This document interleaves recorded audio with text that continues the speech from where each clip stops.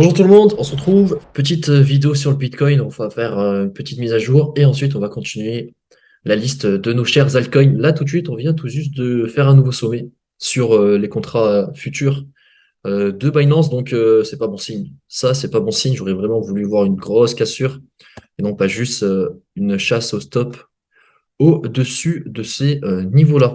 Qui puisait, sur contrat CME, on a ouvert un gap. Donc, il n'y a pas vraiment de problème là-dessus.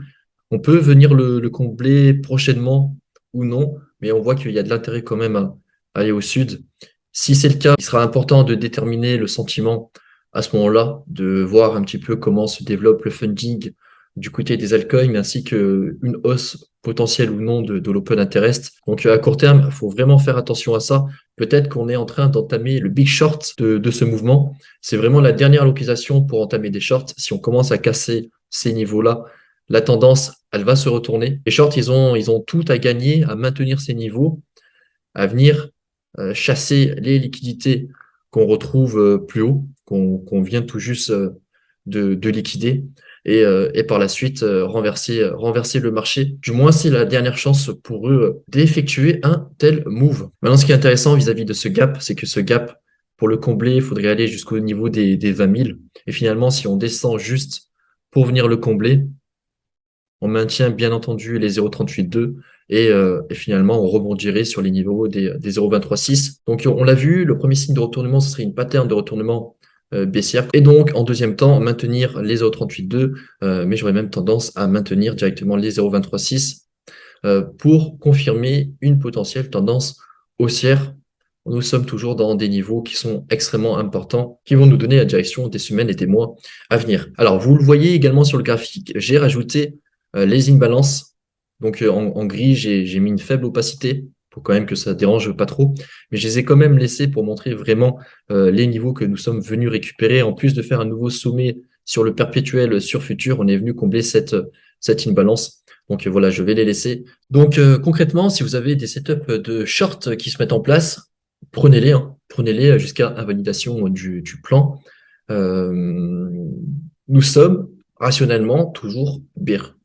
Je vais d'ailleurs revenir sur ce point. Donc j'ai ouvert une charte vierge. Je vais juste mettre le biais institutionnel et je vais remettre ici notre chère résistance majeure. Donc, pourquoi je reviens là-dessus? Parce que tout simplement, parfois, on peut ne pas se rendre compte que nous sommes dans un biais émotionnel, non pas sur un biais rationnel vis-à-vis de ce qui se passe sur le marché. Pour s'en rendre compte, c'est très simple.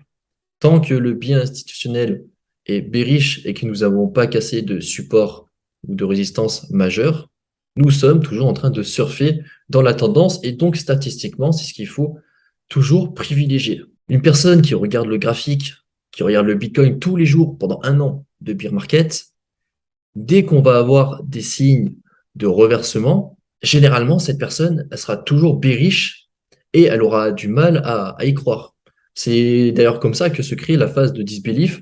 On commence un début du rallye, mais on a du mal à y croire, tout simplement. Pourquoi? Parce qu'à chaque fois qu'on a eu un rebond et qu'on pensait qu'on allait avoir un rallye, bah, ça s'est avéré faux et on met une croix dessus. Donc cette personne qui a vécu d'espoir pendant un an, le jour où il y a un vrai signal, cette personne aura toujours un biais qui est bearish. Parce qu'à l'inverse, une personne qui n'a pas connu tout ce marché bear, elle commence à avoir des supports et un biais instit, bien sûr, il faut avoir les connaissances pour s'inverser, elle aura vraiment aucun mal à commencer à se positionner et à prendre des profits tranquillement tout le long d'une hausse. La personne qui a connu tout le bear market et qui l'a, entre guillemets, subi, s'il y croit un petit peu et qu'il commence à se positionner, dès que ça va monter un tout petit peu, il va couper très rapidement ses gains. Et encore, ça c'est dans le meilleur du monde.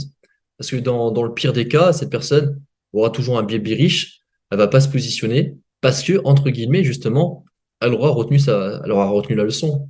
Et si elle s'est fait avoir, ici elle s'est fait avoir, et ben ici, pourquoi elle se ferait pas avoir de nouveau? Donc ici, on commence à douter et finalement de ne pas y croire tant que ça. Et qu'est-ce qui se produit dans ces cas-là? Bah, une accumulation de shorts qui permet de faire monter les prix. Ou, dans un autre cas, la personne ne se positionne pas, donc elle a du cash de côté, et c'est ce qui permet à l'avenir finalement de faire pousser les prix. Donc attention à votre biais, si vous pensez avoir un biais plutôt bullish ou plutôt bearish, ne mettez rien sur le graphique, voire pourquoi pas le biais institutionnel, et vous surfez la vague jusqu'à que ça s'inverse. Donc, pour voir un reversement de ce marché baissier, il faudrait voir le biais institutionnel se renverser et un cours qui commence à pumper. Donc, vous avez vu ensemble, on commence à regarder les altcoins à bon fondat. On prépare le terrain pour un potentiel retracement en 2023, mais surtout pour 2025, 2026. J'y reviendrai sur cette charte à l'avenir. Donc, il ne faut pas oublier qu'à l'instant T, on vise plutôt un retracement. Donc, il ne faut pas être pressé. Il ne faut pas du tout être pressé.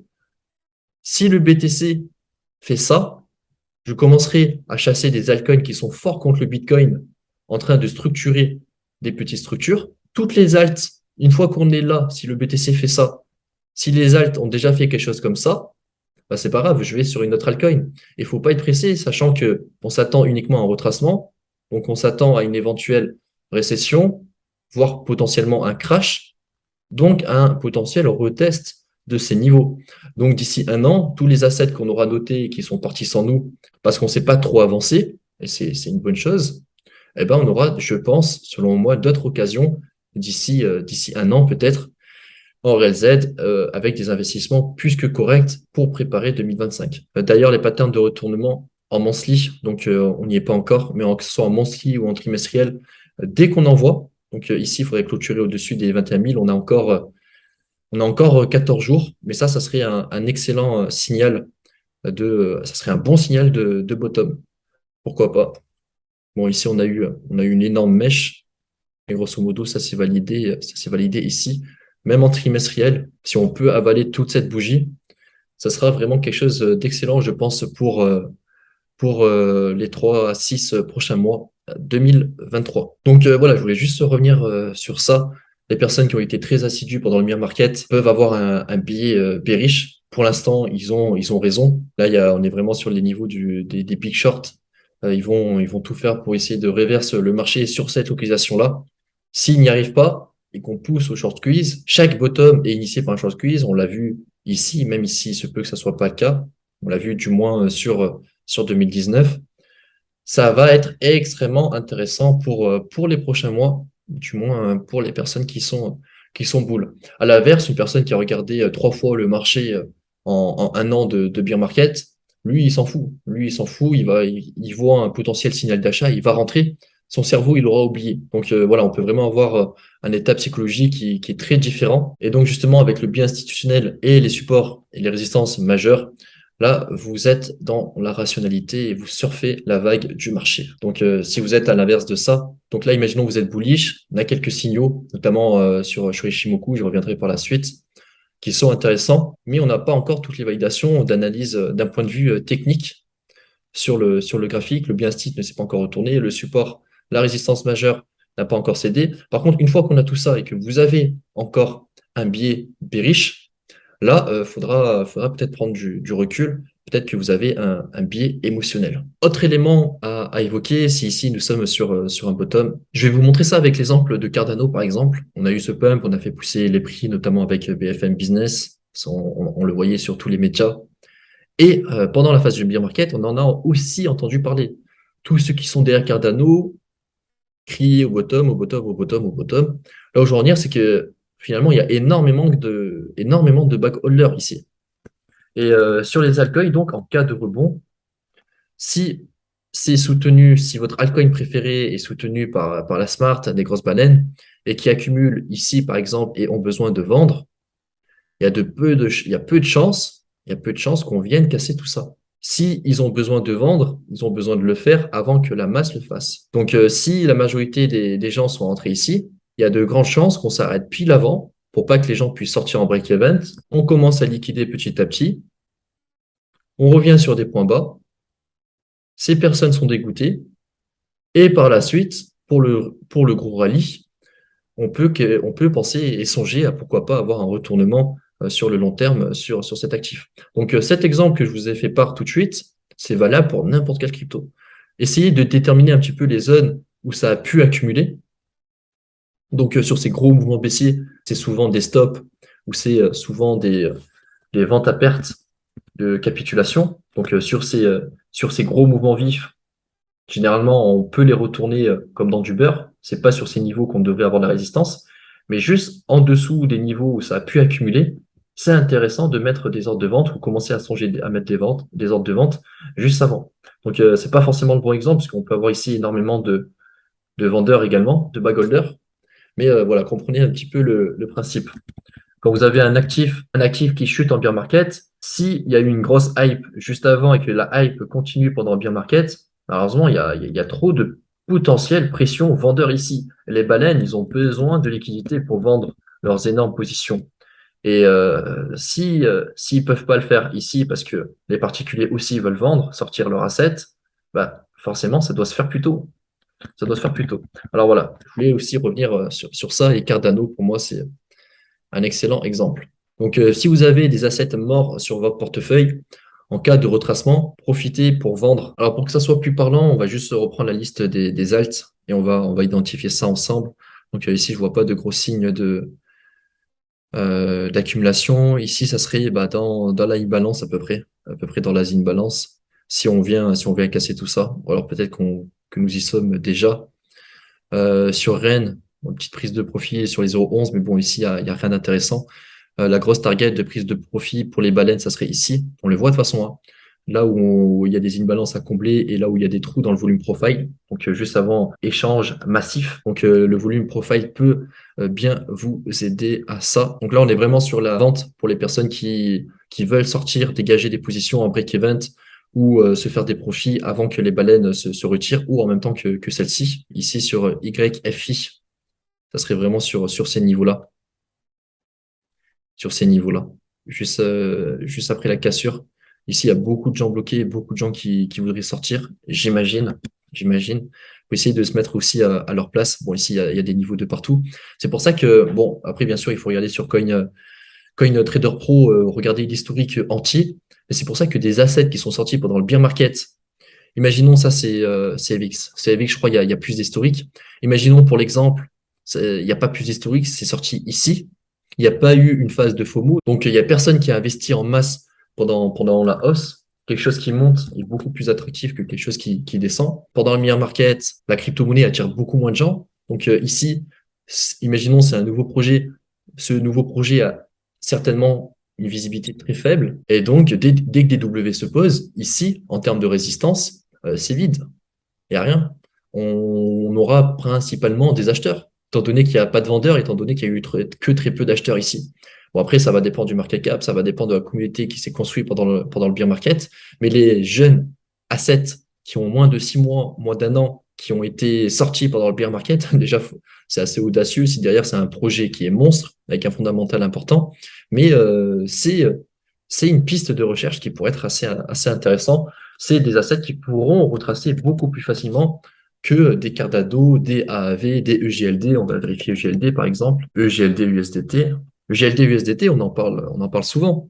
EGLD USDT, si on réussit à casser tous ces niveaux, moi, je commencerai à m'intéresser à prendre des profits dans cette zone. Juste avant cette accumulation, là, on voit qu'il y a eu pas mal d'échanges. Donc voilà, ça aussi, c'était une notion importante. Si vous voulez pas vous embêter, bah, finalement, si on cède le support, vous regardez le trou dans le volume profile. Et dans le volume profile, c'est des niveaux pour les baleines de se retourner. Vous avez déjà vu ça dans le chapitre du volume profile. Donc je voulais revenir sur les bonds, les obligations américaines, qui sont décorrélées par les taux.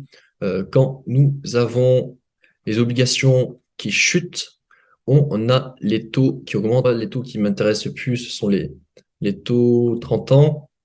Et quand les bonds, les obligations, commencent à structurer quelque chose de bullish, on a un ralentissement de la progression des taux. Donc on le voit ici, on commence à structurer des petits W. Et ici, donc, les obligations 30 ans, c'est ce qu'on voit en rouge, commencent à structurer des M. Qu'est-ce qui se passe? Bah, tout simplement, on price le fait que les taux directeurs ne vont plus augmenter par 0,75 et donc il n'y a plus besoin d'être aussi agressif. Le problème, et c'est là le point intéressant, c'est que les taux directeurs imposés par la Fed, ils sont de 4,50. Donc, une banque, quand un client veut emprunter, la banque va elle-même emprunter. La banque va emprunter à qui? À la Fed. Pour nous, en France, c'est exactement le même principe. La banque va imprimer pour nous à la Banque centrale européenne. Donc les Américains, eux, les banques ont un taux d'emprunt de 4,5. Donc l'objectif d'une banque, c'est de faire des bénéfices. Donc la banque va imprimer à 4,5. Quand elle va faire un crédit à son client, ça sera forcément plus de 4,5, sinon elle est en perte et elle ne sera jamais en perte. Et le problème en fait qu'on voit actuellement, avec ces obligations qui commencent à chuter, donc on a un ralentissement de la progression des taux 30 ans. Donc les taux 30 ans qu'on voit ici, bon, ils sont pas à 3,60. Là, je vous ai mis le mortgage. Le mortgage, c'est quand on va voir la banque justement pour emprunter. Si les taux 30 ans continuent de chuter et que dans le même laps de temps, on diminue la progression des taux directeurs, où on commence à se stabiliser, et bien finalement, le delta entre l'emprunt de la banque auprès de la Fed et le vôtre, eh ben, va diminuer. Ici, peut-être qu'elle gagne 1%, là, elle aurait gagné 2%, là, elle aurait gagné 3%, et ainsi de suite, ainsi de suite. Elle fait du bénéfice par rapport à ce qu'elle emprunte à la Fed. La récession, elle vient de là. C'est pour ça que les taux directeurs ainsi que les taux 30 ans sont aussi importants. En Amérique, là, j'ai regardé des stats récemment. Déjà, quasiment tout le monde est endetté, quasiment tout le monde a un crédit, ça on le sait. Mais le crédit équivaut à 45% du salaire du citoyen américain. C'est très élevé, c'est encore plus élevé que pendant la crise de 2008. Et qu'est-ce qui va se passer avec les taux directeurs qui se stabilisent, voire qui augmentent, mais de manière moins agressive? Ici, on le voit en rose. Avec les taux 30 ans qui continuent de chuter, eh ben, ça veut dire tout simplement que les banques vont se faire une marge moins importante, encore moins importante qu'avant sur le taux des clients, et donc que le crédit se fera de manière encore moins accessible. Actuellement, c'est déjà très dur d'emprunter aux States, mais avec le taux directeur qui se stabilise, qui augmente et les taux 30 ans qui chutent, ça va devenir quasiment impossible.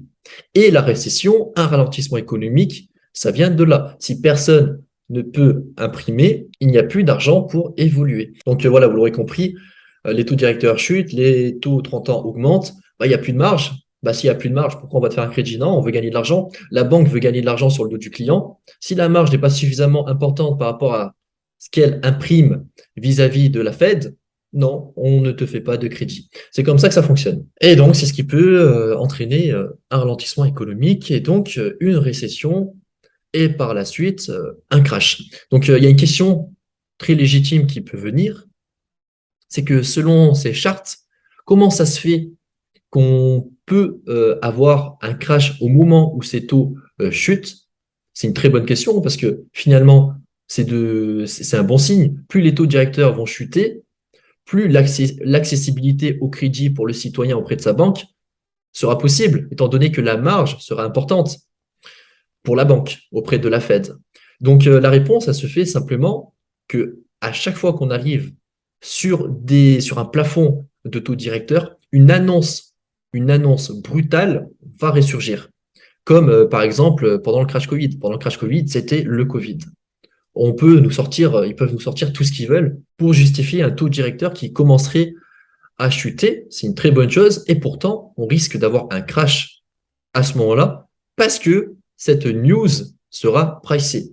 Imaginons fin de la guerre, je ne sais pas, pour fin 2023, début 2024, on aura un crash parce qu'on sait que économiquement ça va être ralenti et tout ça on va le pricer.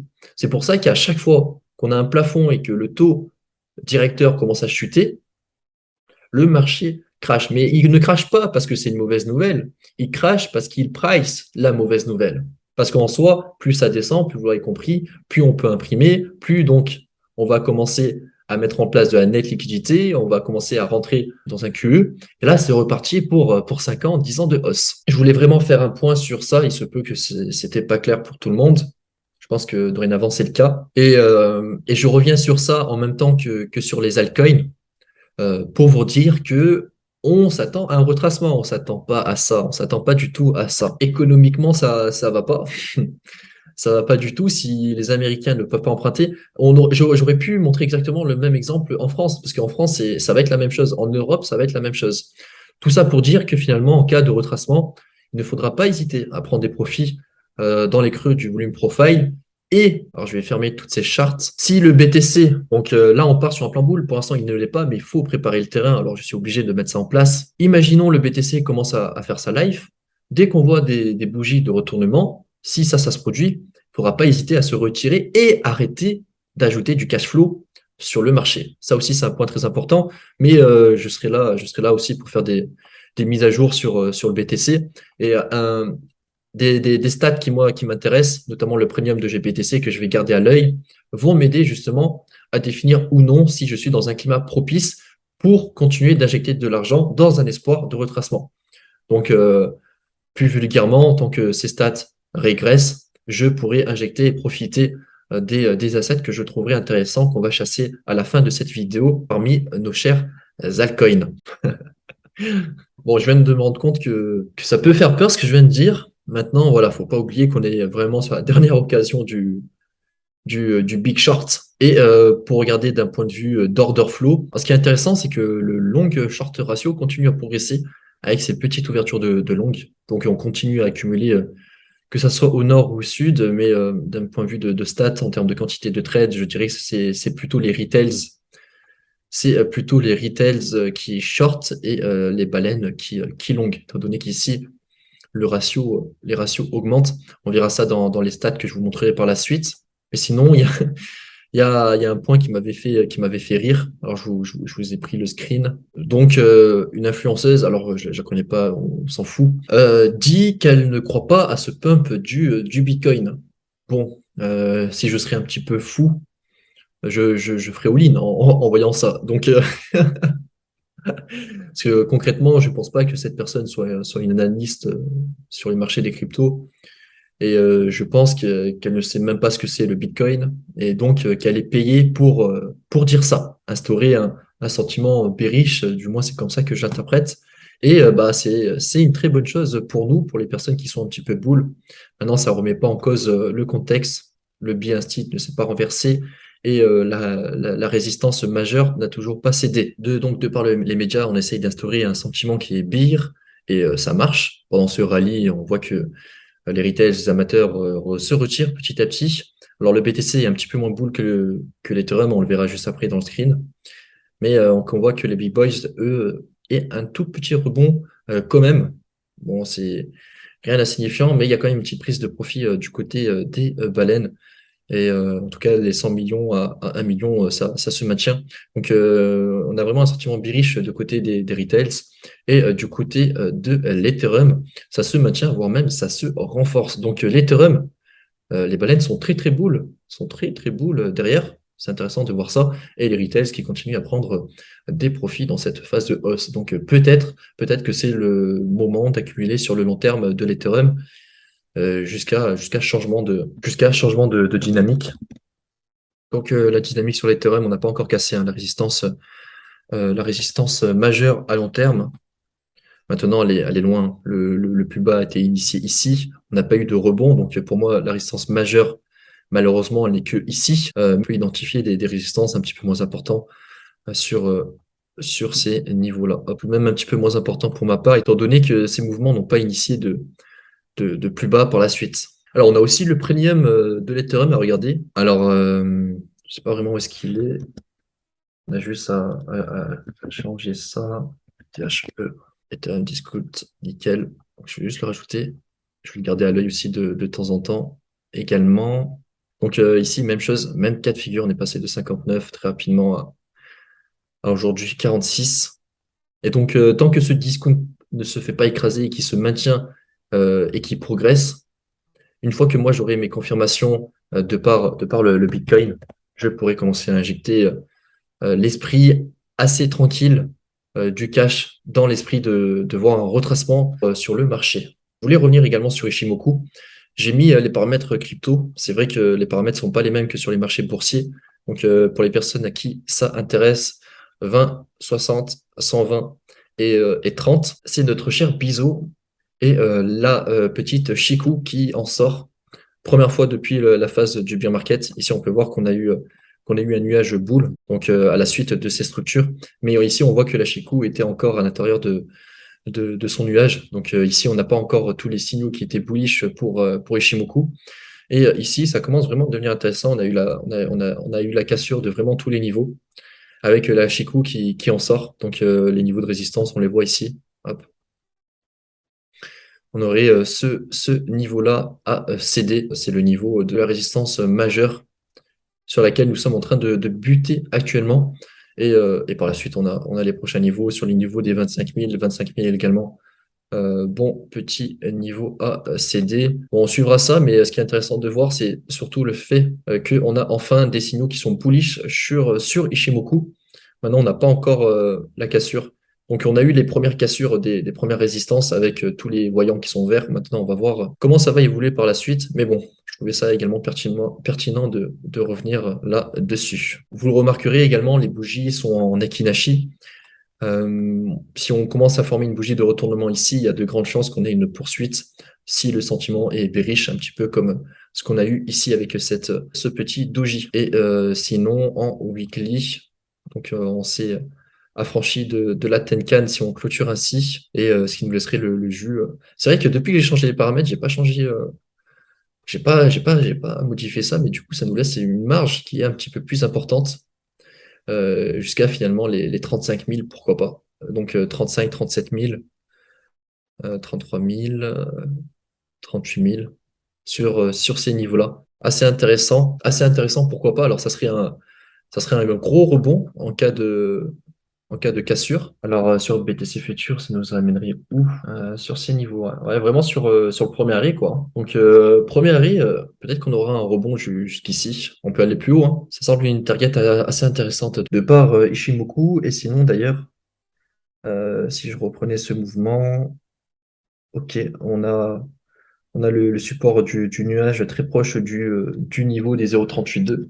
Donc 0,38,2 sera vraiment un niveau à maintenir si on veut voir une tendance haussière dans les prochaines semaines. On revient juste sur cette charte. À chaque fois, je prends à partir du halving la distance du sommet ainsi que du bottom et je les retrace. Donc à chaque fois, j'ai une data supplémentaire pour chaque cycle et ça nous donne approximativement des zones d'un potentiel sommet de marché et d'un potentiel bottom de marché. Vis-à-vis du halving 2024, avant justement une récession, on a encore le temps, hein, statistiquement, c'est aux alentours à peu près des 6 mois, 1 an, de par ce qu'on a pu voir par le passé. À chaque fois que les taux 3 mois et les taux 30 ans s'inversent, on a un laps de temps assez important, ici de 126 jours, donc 6 mois à peu près. Ici, à peu près 1 an. Ici, 6 mois. Donc 6 mois comme en 2000. Et ici, donc, j'ai targeté vis-à-vis des deux crashs suite aux récessions précédentes, ce qui nous amènerait à peu près à mi-2023, voire au premier trimestre 2024. Donc, pas plus de data. C'est peut-être un petit peu des chiffres au hasard, mais on peut s'attendre à 6 mois, de 6 mois à 1 an, et ce qui pourrait laisser le temps de vendre tout ça beaucoup plus haut pour coincer un maximum de gens avant que ça se produise. Et donc, le marché des cryptos qui reste très corrélé au Nasdaq et au S&P 500 encore actuellement pourrait profiter de ce move. Et puis, le secteur des crypto-monnaies, malgré le fait qu'il soit très jeune, très petit et très peu liquide, on verra tout ça sur les altcoins.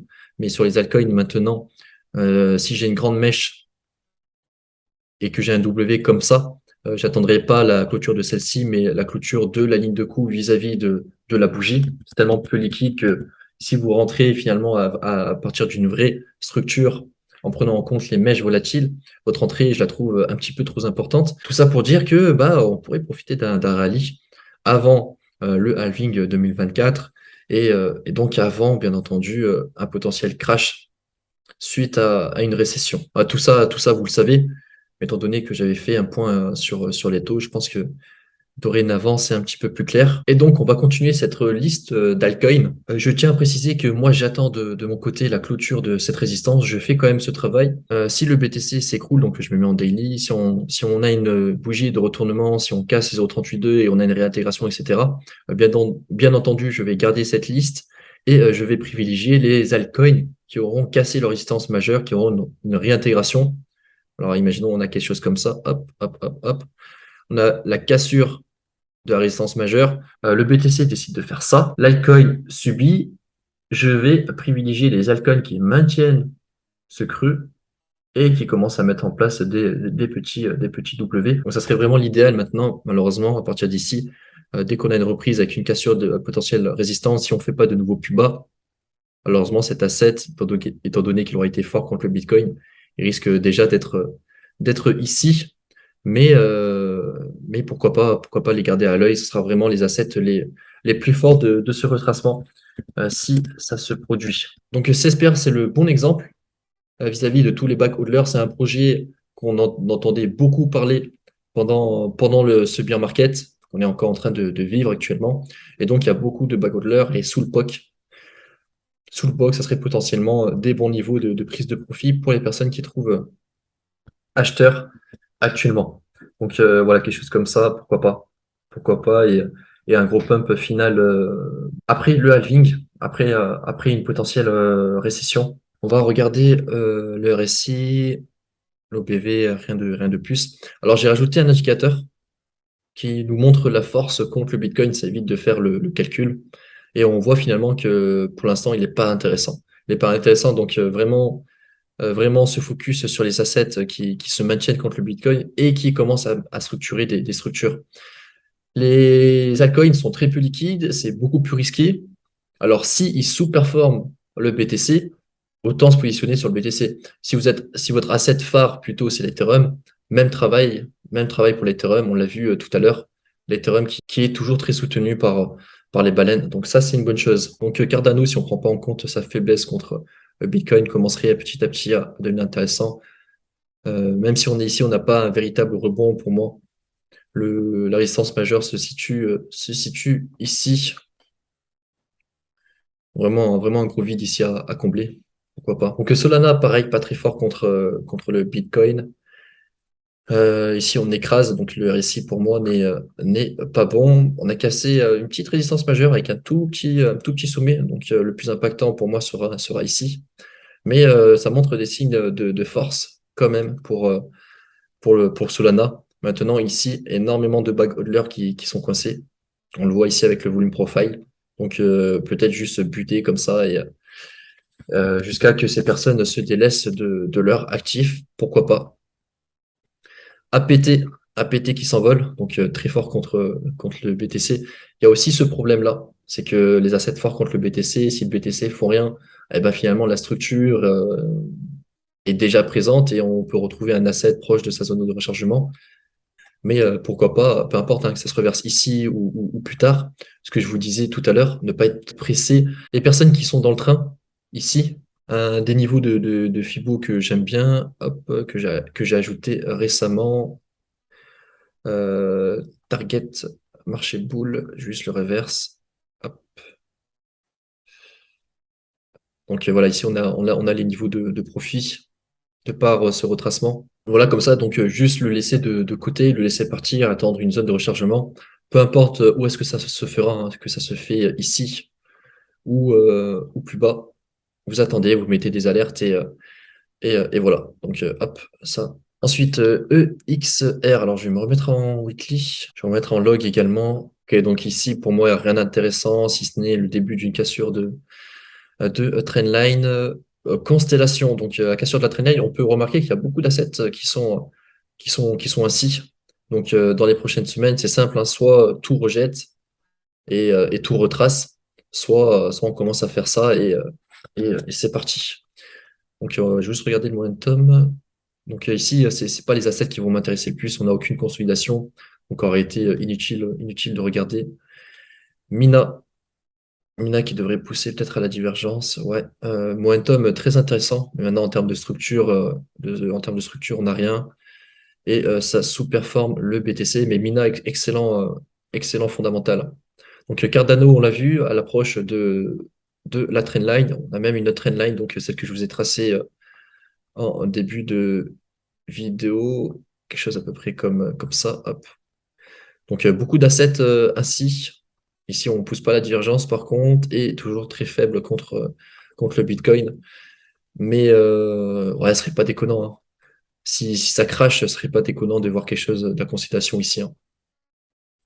Et des assets qui ont autant de back hodler, bon, déjà ces niveaux, du coup, ils vont avoir du mal à casser, risquent de consolider longtemps, j'imagine, avant de repartir pour 2025. Peut-être s'ils décident de faire un nouveau sommet, on n'en est pas du tout encore là. Ici, peu d'historique, donc un ex, ça n'empêche pas que le fondamental reste intéressant. EGLD, on sous-performe le BTC, on n'a pas de structure, et par contre, on pousse à la divergence, donc ça c'est une bonne chose. Si elle se confirme, on n'est pas très haut en plus, c'est intéressant. Et pour GLD, pareil, hein, s'il y a beaucoup de bag hodlers ici, déjà, il faudrait casser ça, mais ici, excellent, excellent niveau pour se retirer. Aleph, Aleph, Aleph. Donc pour moi, Aleph est pas assez boule d'un point de vue de cassure de résistance majeure. Il me manque un petit peu d'historique. Tant que le BTC, lui, affirme pas une tendance haussière, j'aurais quand même du mal à me positionner.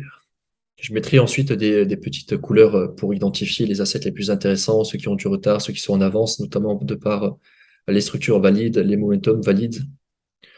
Je pense que ça pourrait être intéressant pour s'y retrouver un petit peu plus rapidement. Ici, pareil, pour moi, on est passé boule à partir de ce petit sommet, même si je suis pas très fan de ça, hein, parce que là, on parle surtout de consolidation, mais ça reste assez intéressant. D'ailleurs, pour les assets qui confirment des W weekly, 80% des assets en monthly qui font des patterns de retournement les valident. Donc, d'un coup d'œil, d'un point de vue graphique pour gagner du temps.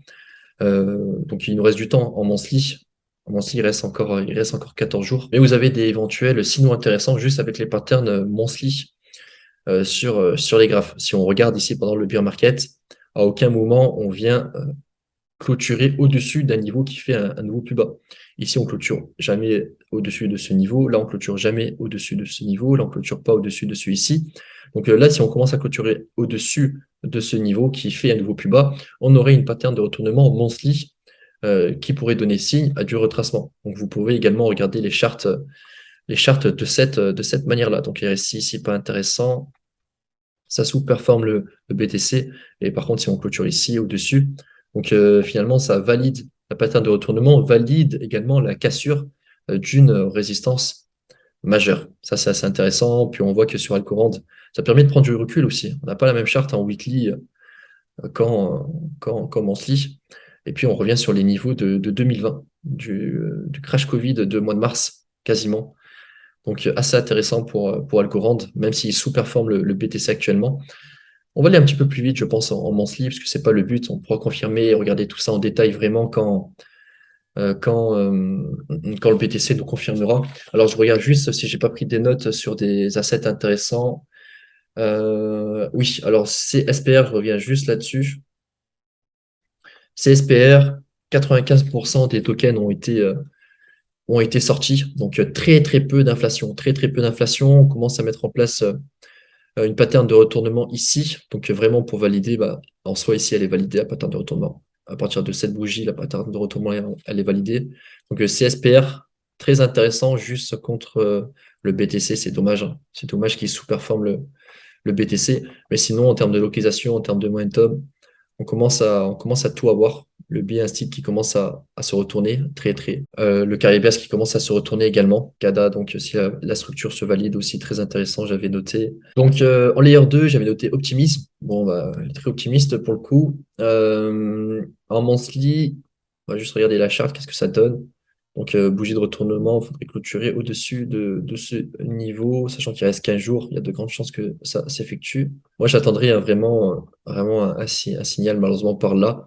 Je dis malheureusement parce qu'il se peut que ça se mette pas en place dans la RLZ. Et si la tendance est vraiment forte, on devrait pas céder ces niveaux de 0,38,2. Je vais rester en monthly si j'avais rien noté de très pertinent en plus.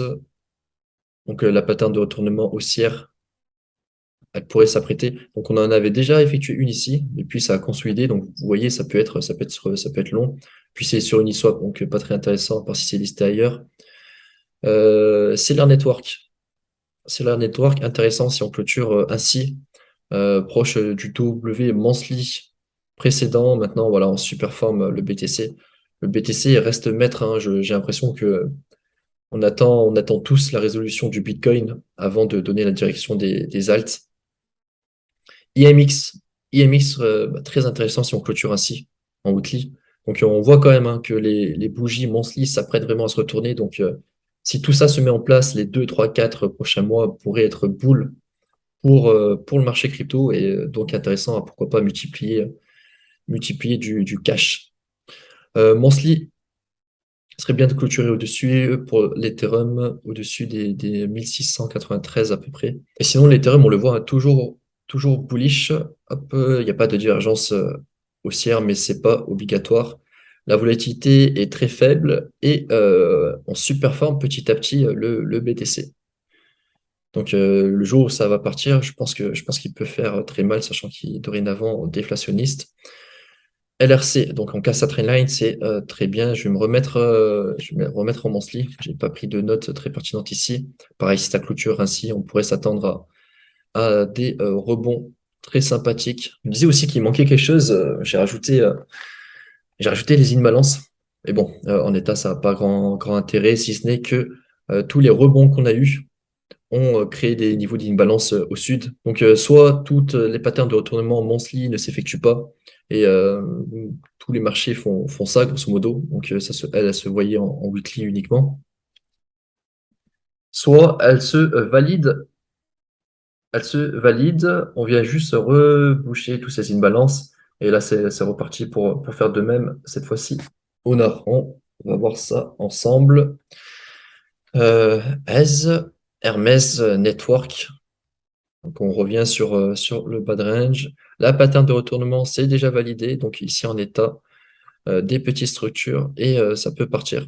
Si c'est pas le départ d'un rallye, c'est clairement un haut de range. Donc William R, il ira pas plus haut et ça va retracer. D'ailleurs, ça me fait penser sur le Bitcoin, le William R en bear market, William R n'est jamais en état de stupidité. Alors bon, malheureusement, bon, ça va. Ça va, j'ai pas grand-chose sur cette charte. Dès qu'on s'en rapproche, on rebondit. Donc ça, c'est une information assez pertinente également. On n'est pas censé, et pour autant ici, on voit pas de structure de W, ça remonte. Donc ici, en réalité, ça peut faire quelque chose comme ça, ou ça peut y aller en ligne droite, hein. Si le BTC continue de monter, il y aura quelque chose comme ça finalement. Donc voilà, ici aussi, une information assez pertinente pour le BTC. Ce qui montre aussi que le BTC est plus fort quand c'est un marché haussier que quand c'est un marché baissier. L'état de survente ou de surachat s'effectue uniquement en bull run, comme on peut le voir ici. Et on va reprendre les petits altcoins. Donc moi, dans les oracles, j'avais noté GRT et Link. Donc GRT et Link, on va les mettre en premier. On va commencer par les deux d'après qui sont moins intéressants. Donc, on le voit tout de suite. Hop. Même si ici, on a une structure weekly, hein. Ça reste intéressant, mais on évolue toujours sous la trendline. Et le RSI très intéressant également. Donc, finalement, ça s'est bien développé depuis mes petites notes. On n'a pas de divergence, on a une convergence. Si on prend en compte cette mèche, si on la prend pas en compte, ça diverge. On a William R qui revient dans sa zone neutre. Et par contre, on évolue toujours sous la résistance majeure et sous la trendline. Et pour API, malheureusement, ouais. On n'a pas maintenu le creux précédent. C'est dommage qu'on ait vu chasser tous ces stops. Ça aurait été très bull si on maintenait ce niveau. Mais n'empêche, en monthly, on est en train de, pourquoi pas, si on clôture au-dessus de 1,55, valider cette pattern de retournement. Donc, si on valide une pattern de retournement en monthly, jusqu'à invalidation, on peut s'attendre à de la hausse pendant des mois, hein. Pendant des mois, jusqu'à un niveau intéressant pour les baleines de se retourner. Bien sûr, il faut que ça trouve acheteur, mais l'information de est-ce qu'il y a des acheteurs, on le voit justement avec une pattern de retournement en monthly qui se crée. Donc maintenant, Link cassure de la trendline. On voit que ces niveaux, ils sont extrêmement fortement maintenus. Il me semble que c'est les 0,38,2 si on prend la charte au complet. Donc très intéressant.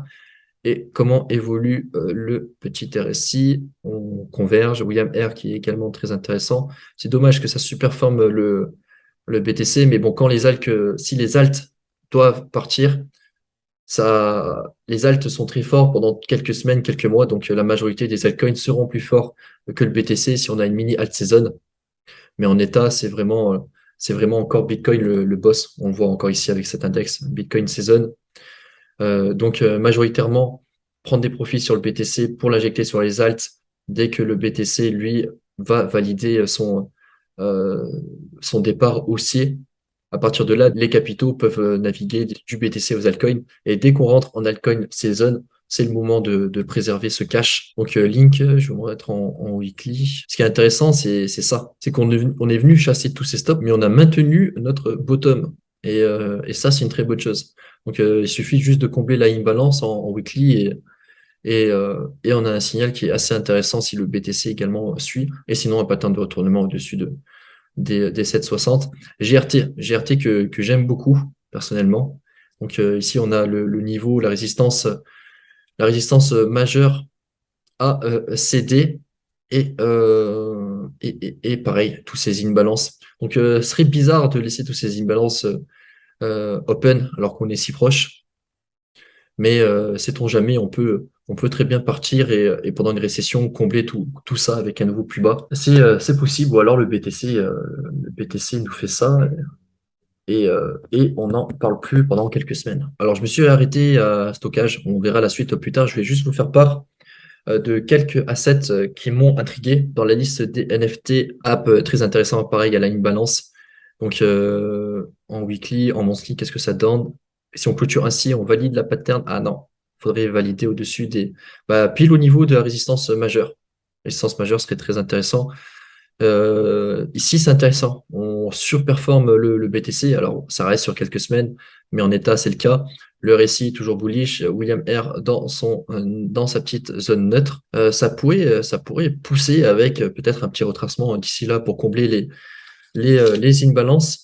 Ensuite, Chili's, on pourra revenir sur les assets plus tard. Sinon, finalement, je vais faire 50 vidéos sur les altcoins. Donc, on va voir ça et je reviendrai sur ce qui m'est pertinent au fur et à mesure. Donc, Chili's également, alors je trouve assez haut. Je trouve toujours assez haut, mais ce qui est intéressant, c'est qu'on fait une pattern de retournement weekly en bonne range. Sinon, on est toujours au-dessus des petites trails. ILV, j'avais noté grosse structure, mais malheureusement assez volatile. On évolue toujours sous la pattern. On va voir la suite des altcoins plus tard. Je vais juste vous mettre en avant trois petites altcoins, Uno, ASTR et ANT. Donc ici, on a une belle convergence. Alors convergence, oui, on dirait, à part si on fait un nouveau plus bas ici. Mais ici, ce qui est très intéressant, c'est que le momentum, l'RSI est extrêmement bull. On maintient tous les creux. William R dans son état de petite zone neutre. Bon, forcément, on fait rien, mais c'est des assets qui peuvent partir ça, qui peuvent partir avec des targets sous les niveaux de potentiel break-even de toutes les personnes qui vont acheter avec des plus-values qui permettent de sécuriser déjà dans un premier temps l'investissement, mais je les trouve très jolis, très jolis. ASTR, USDT. J'avais investi dans la crowdloan de la ASTR, ce qui me permet d'avoir quelques miettes. Ça a été vite liquidé ici. Donc, quelques backhodlers, ceux qui ont voulu se retirer, se sont retirés. Les autres veulent vendre tout ça plus haut. Mais pareil, hein, ici, ces structures avec ce maintien est très joli. Alors, finalement, ce maintien, pourquoi? Parce que toutes les personnes, il y a très peu de personnes qui ont acheté. Donc, il y a très peu de personnes qui vendent. Toutes les personnes qui ont voulu vendre, ça s'est fait au listing directement sur Binance. Et ils ont vendu finalement des tokens qui ont été gratuits. Sur Crowdloan, on alloue un capital. Alors, je ne sais pas si c'était sur Polkadot ou sur Kusama, je crois que c'est sur Polkadot. Et on reçoit des récompenses gratuitement en bloquant nos Polkadot ou nos KSM. Donc, il y a très très peu de backhodlers, donc il y a très peu de résistance. Donc, les personnes qui accumulent ici peuvent facilement, je pense, faire péter tout ça. Encore faut-il que le BTC se maintienne. Et encore, je dis ça, mais ici, le BTC a fait des nouveaux plus bas et ASTR s'est maintenu malgré son faible low cap. Donc, sûrement qu'ici, ça ne veut pas laisser les cours aller plus bas. Et ensuite, Ant, pareil, hein, vous remarquerez finalement que tous les creux et sommets ascendants qui se forment ici, je vais les mettre en linéaire, ça se voit un petit peu mieux. Tac, tac, tac, tac, DW dans DW, finalement, c'est quoi? Je me remets en bougie.